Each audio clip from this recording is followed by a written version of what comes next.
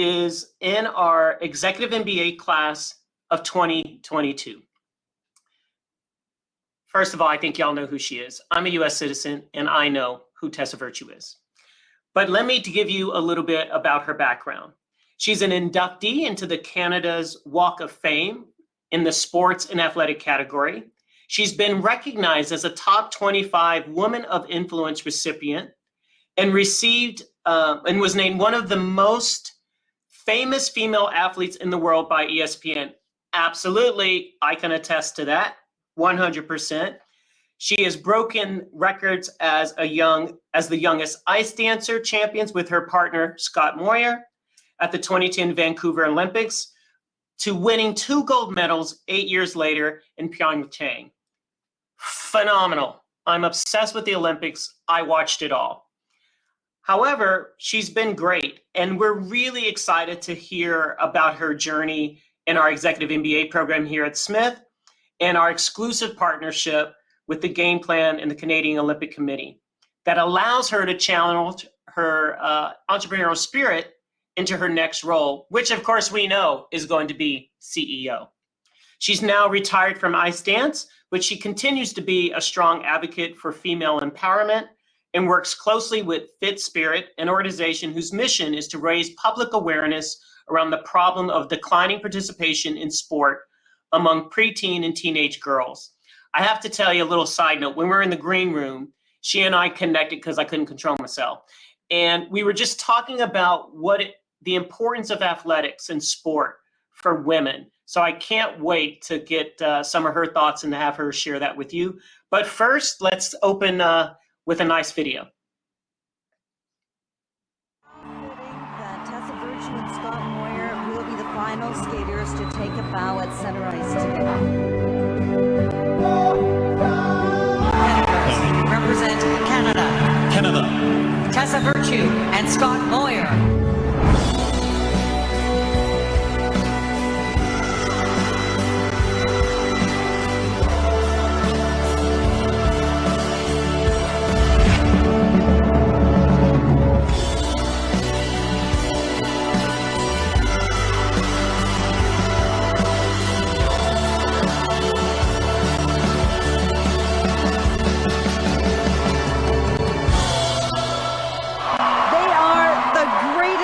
Dancers of their generation, maybe of all time.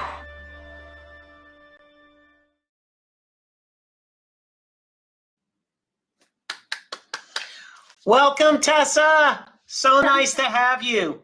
Hello, thank you so much, Dean Costin. What a privilege and an honor to be here. And hi to everyone tuning in from home. Awesome. So we have lots of questions for you. I'm sure the chat is probably already blowing up, but I just want to start first with, my goodness, you've accomplished so much, right? And the transition from an elite athlete to becoming a student again. Can you share a bit about that? Oh, it's been such a thrill. I maintained my studies throughout my athletic career. I did part-time, mostly night classes, but I think the most interesting part of this all has been that for my entire life, I worked school around my life. You know, it was just sort of that added bonus and an integral part of who I was, but it could never be the central component just because skating was all encompassing. And now, perhaps unlike some of my other colleagues in my cohort, I've worked my life around school, and it has been everything I could ever dream of and more. I've long romanticized the idea of being a full-time student, and I've really relished the opportunity to adopt that rookie mindset, to be a sponge and to learn as much as I possibly can. Indeed. So you and I were chatting before in the green room, and we were both, so for the record, I'm an athlete, but I am not Tessa Virtue. I don't have any medals. I'm not the best at anything. But we were talking because at some level, all athletes have similar experiences, right? And particularly for girls, I was sharing, because I'm much older than you, I'm a product of Title IX in the United States, which provides an opportunity and mandates legally that women should have equal opportunity in sport. And it changes my life. And I know you're really committed to this notion of ensuring that young girls have opportunities to engage in sport. Can you talk a bit about that? Well, thanks for opening up the floor to that. And I'll say that I was so intrigued to hear about your sporting experience, which unsurprisingly was all team based. So I think that probably, lends itself to the work that you do now in leading a team and those leadership qualities. I think the very notion of taking up space is one thing that you learn as an athlete. And I was in an artistic, expressive sport where I needed to be on this sheet of white ice, making people in the nosebleeds feel something. So I learned to express through physical movement, and it wasn't in my repertoire to be small and demure and delicate. I needed to be strong and powerful. And I had great, resilient, independent women as role models in my life. I was surrounded by my mom, my grandmother, my sister, and it was important to my parents that they exposed us to so many different sporting experiences and activities. And so much of that was because of the ability to embrace failure, to set goals and work hard to achieve them, to work as a team, to learn to communicate. The list is endless, and all of that applies to business, applies to school and business. And I'm learning that transferable skill set is a really unique one and a powerful one too. Thank you. Okay, folks, look, I can talk to Tessa all day.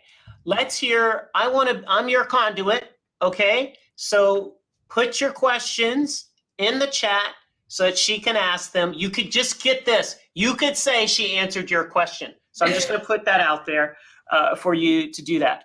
So when you're an elite athlete like yourself, I just think about in undergrad, I was a volleyball player, varsity volleyball player. That's nothing like the commitment and dedication you have to have. Can you talk a bit about the discipline? At a very young age, you just had that intense discipline.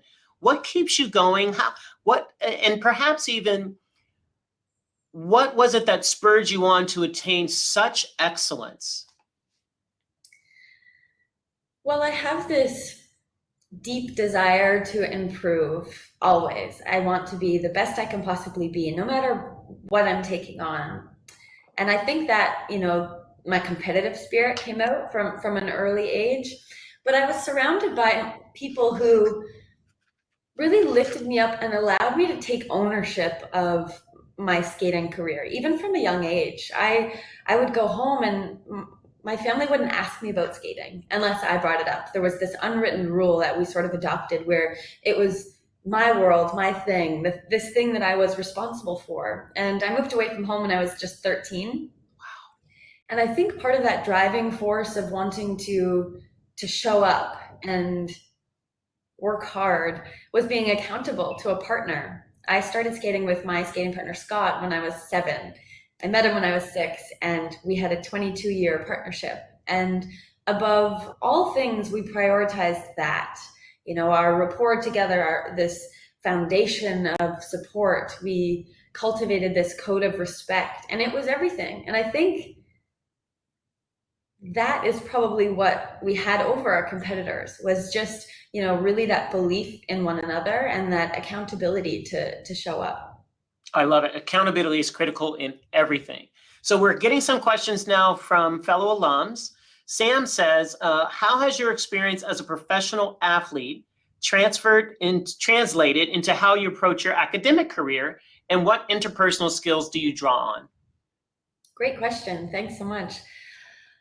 I think I have a pretty good sense of time and energy management. We used to always think about, a training week as if we had 100 energy cubes, and we needed to learn to prioritize and also really commit to rest and recovery. And I think we're in this burnout culture where we all are just so busy. And right now, working virtually, we're always accessible, and there's this fear of setting boundaries. And I think one thing that I'm trying to still uphold and maintain is just that sense of prioritizing my energy and time and effectively managing that so that I can optimize my performance no matter what I'm doing, whether that's my consulting work or school or some of the other various projects I get to take on. And that's been a really useful skill. Also, feedback.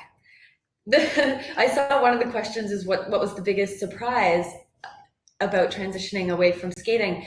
Well, for over 2 decades, every 2 to 3 minutes, someone was telling me Oh, what wow. I could do better. Someone was giving me constructive criticism, and it was this, I was hungry for it. I just needed that to know, what path I was taking next. And now I've entered a world where there are annual performance reviews and I don't know what to make of it. So I think I'm trying to, create these safe spaces, these safe psychological spaces where with colleagues we can reciprocate feedback and appreciations of how we can all be better. I love it. That's great. We've got another one here, which I'm sure many people are inquiring, is someone whose identity perhaps was connected to your excellence on ice. Did you struggle in moving away from ice dance? And was it difficult to establish, for other people even, who aren't in your immediate family and social network, to get to know Tessa off the ice? Oh, what a thoughtful question.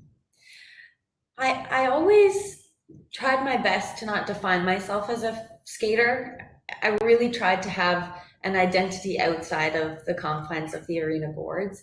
And whether that was, hobbies or school, or just this knowledge that it was finite. An athlete's lifespan is finite, and that preparing for, what was to come after sport was not me not putting my all into sport, but rather it was giving myself the freedom to really be as an athlete, knowing that I had options afterwards. So, in fact, I found that quite motivating.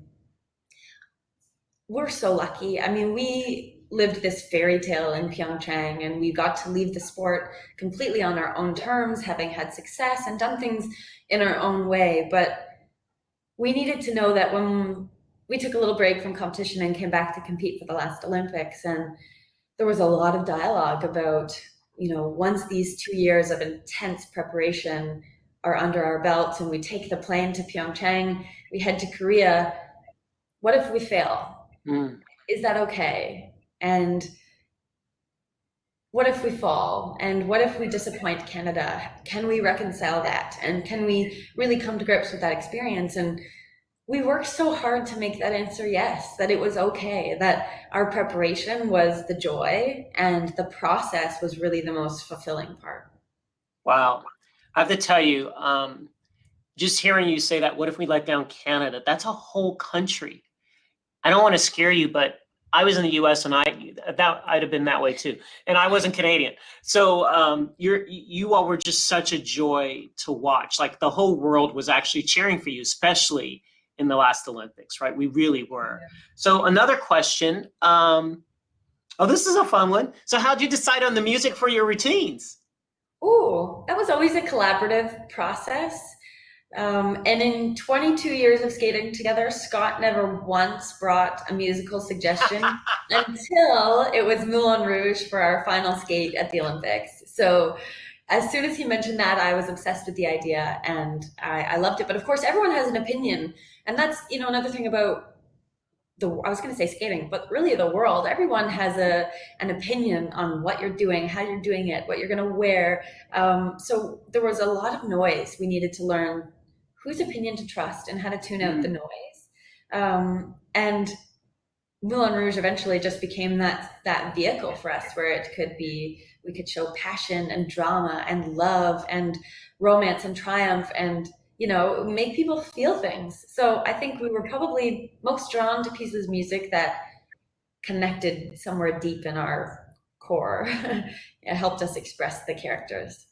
You're right. I think some of your success was that you elicited emotion in us, right? Like when we just wanted to stand up and cheer in our living rooms, right? Because that's what you were doing. You were trying to move us, right? Thank So I you. think that's beautiful. I mean, not to draw this, I'm not trying to stretch this parallel here, but that's how I felt, and this intro song is playing and I'm seeing the Smith logo and I'm picturing everyone tuning in from all over the world, as you said, because there's that connection to Smith. And people always talk about the alumni with Queens and Smith and just how strong that is. And I'm so proud. I think 10 years down the road, 5 years down the road, 1 year down the road, I can't wait to be part of that family too. I think it's incredible what everyone has been able to do to come together and really form that bond. I think you're right. I see it too. I've told the first year commerce students, I too am a first year because this is my first homecoming, right? So they got to get a kick out of that. But Yeah. ironically, earlier today, I was talking with some of our commerce students, they're executive, and we actually were talking about the uniqueness of community. And we were trying to say, what kind of community are you trying to create? Because that's all we hear about is the close knitness and the connectedness, right? It's the people. So what kinds of experiences are you trying to create for first years that sets the stage for their entire academic career here? But then that builds, as you know, the relationships for the rest of your life, right? Oh, it's amazing. And there's that almost secret handshake when you hear someone's been to Smith, and there's that head nod. It's like the Jeep wave, where you just bond, but you also know that that network of people will always be there. You can always reach out, and I'm just feeling so grateful to be part of that. Awesome. So, here's another good one. What was your pre-competition routine to calm your nerves? Oh, it changed throughout the span of my career. I was a very superstitious. Athletes are creatures of habit, and I was quite superstitious for most of my life. So, my water bottle had to be a certain place. My guards, I had to say the certain things to Scott, and he's a talker, but when I got nervous, I just couldn't stop. Just da, da, da, da. So roles really changed. And when we came back to competition after that, brief pause, I said, I'm throwing the superstitions out of the window. I'm not going to do any of those things because I didn't want to feel like I was dependent on, those little meaningless things. So that was kind of an interesting test of will. But mostly Scott and I talked through our program. We talked through our keywords. We did some breathing together and tried to get in sync. And again, we just came back to the knowledge that we were always prepared and that we had asked for those challenges. I remember in Pyeongchang specifically, we took the ice for the free dance. We were skating last, and we had a 5-minute warm up and then had about 40 minutes to wait backstage. And I've never felt more nervous in my entire life. Probably if there was an eject button, I would have been tempted to press it until Scott looked at me and said, this is exactly what we've been asking for. This is the storyline we want to create. And this is what we've been working for. And sometimes we have to remind ourselves of that when we take on these challenging but meaningful tasks. Yes, you're right. And not the same, but you may have heard when I started, I said, this is a privilege. It's a distinct privilege. Like, yes, it's a lot of work. Yes, it's, under the microscope or however you want to put that, or magnifying glass, but it's a distinct privilege to have these opportunities, right? And you were embracing that. So I love it. I love it. What would you consider your greatest achievement and why?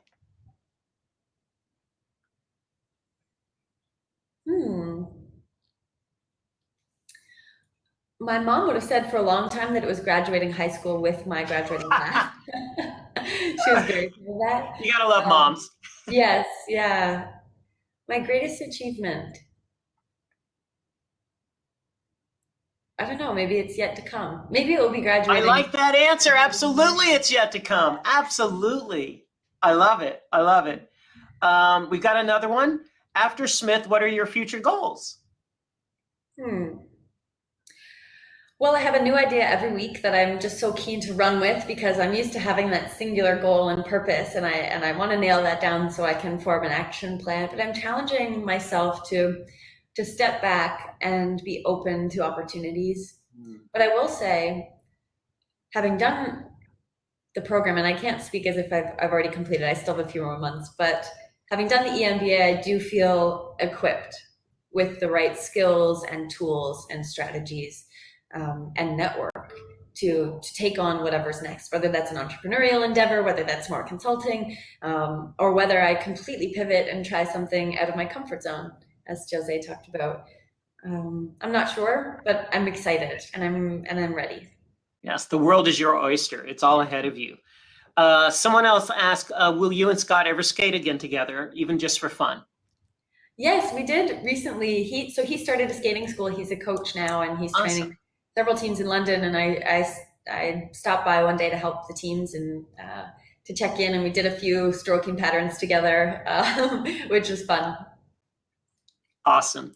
So I now get to talk about something that's very important to me, which is female empowerment, encouraging girls, really getting young women to step up and speak out and to not lower themselves, right? There's lots of research out there that talks about, on the one hand, there's tremendous value for girls in same-sex academic situations where they're not really worried about trying to attract someone else, right?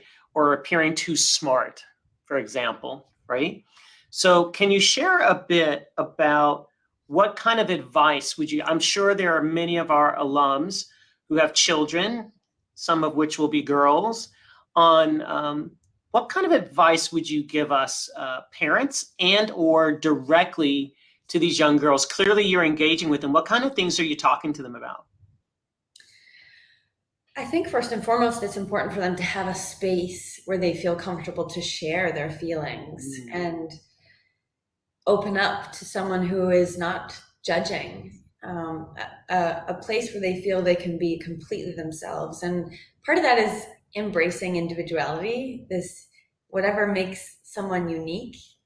Because, as we get older, we do learn to appreciate that. That's what makes people so intriguing and appealing and alluring. But now, and I can't even imagine what it's like to be a young girl with all of those additional pressures of social media. But we're so quick to put people in a neat little box because we want to categorize. And I think the more we can encourage just breaking free from that and embracing all of one's quirks and things that make them somewhat different, thinking of that as like an asset and a power tool that they can have in their toolkit, I think is really important. And you mentioned having that same-sex environment, but also the representation. So now they're hopefully seeing more and more on TV and in the mainstream media that women are out there blazing trails, doing amazing things, and they really are limitless. The world is their oyster. So let's just lift them up and make sure they have all of the opportunities to capitalize on something that they may be passionate about. Yes, you're much too young to know this, but Helen Reddy, I am woman, hear me roar. That's what I just popped into my head. I'm that old to actually know that. No, my mom used to say that to me and my sister always. And she would say, 1, 2, 3, we got the power. I love it. I would love to meet your mom. So here's a personal question I have for you. When someone is as successful as you are, we often assume that everything's just been great, right? Clearly it wasn't, because you're human, right? So are you comfortable talking about a setback that you've had that you had to face and how you overcame it?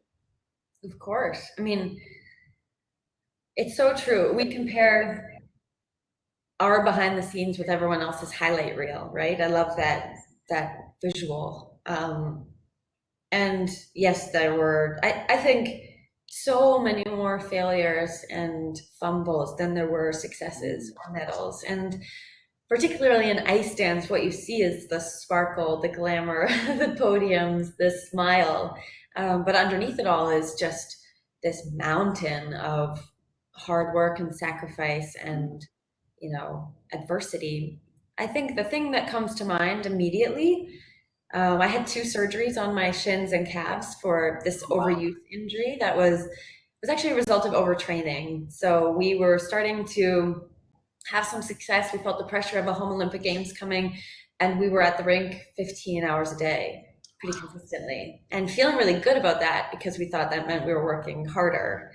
But it wasn't smart. And it's a chronic thing that I'll feel for the rest of my life now. But going through those surgeries and feeling this disconnect from Scott, this person who I had spent every moment with until that point, and doubting our career path and questioning our ability, it makes you realize what is important. And it also makes you realize how much you want something. So for the first time when I was told skating may not be an option for me, then I realized, well, that's really what I want to do. So I needed to adapt. We needed to change the way we trained. We brought in different experts and we did things differently. You know, skating's a bit of an archaic sport. Things are very old school in the way that they get done, and we needed to shake it up and trust that our process could get us to the heights we wanted to reach. Awesome. I love that. I love that. We've got another question. Oh, this is a big one and very timely. I'm sure you've clued in on this as well. And the question is about how can we help manage the pressure? And you talked about it on young girls, but young athletes in general with their mental health challenges. I mean, Simone Biles, right? Oh my goodness, the best gymnast of all time, all time. Naomi Osaka, who goes to the French Open and decides, you know, this isn't working for me. I'm actually not going to hold a press conference, and then, you know, is issued a huge fine, right? Huge pressures. What are your thoughts about that? Well, I think we're learning that it's not enough to expect an individual to be resilient enough to navigate an environment. You know, that needs to be paired with teams, organizations, institutions that also have systems in place that help protect and support our athletes. And, you know, Naomi, Simone, we failed them, and they were put up on this pedestal, expected to represent their countries. And that's enormous. Like, it is so hard to even fathom just the weight of that burden. And when they're not offered the right support, when they're not offered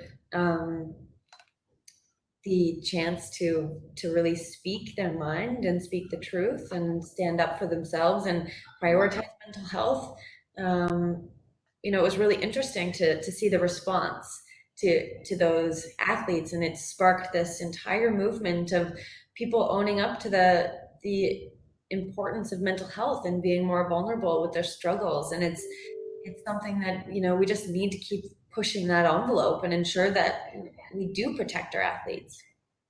I totally agree. And you know, I'm older, you know, back in the day it was, come on, push through it, right? And actually realize that's actually not healthy. Even physically, it's not healthy either, right? So, yeah. Tessa, I have so enjoyed this conversation. Thank you so much. I'd like to bring back Jose so the three of us can get together here on screen.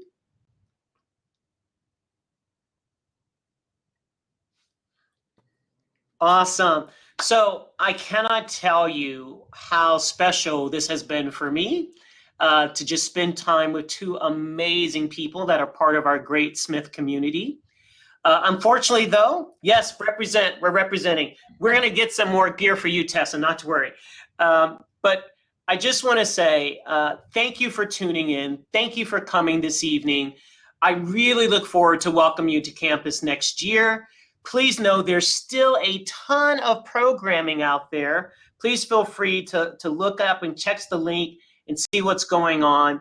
Also, please connect, Smith Connect, make it happen. Even I'm on Smith Connect, folks, just saying.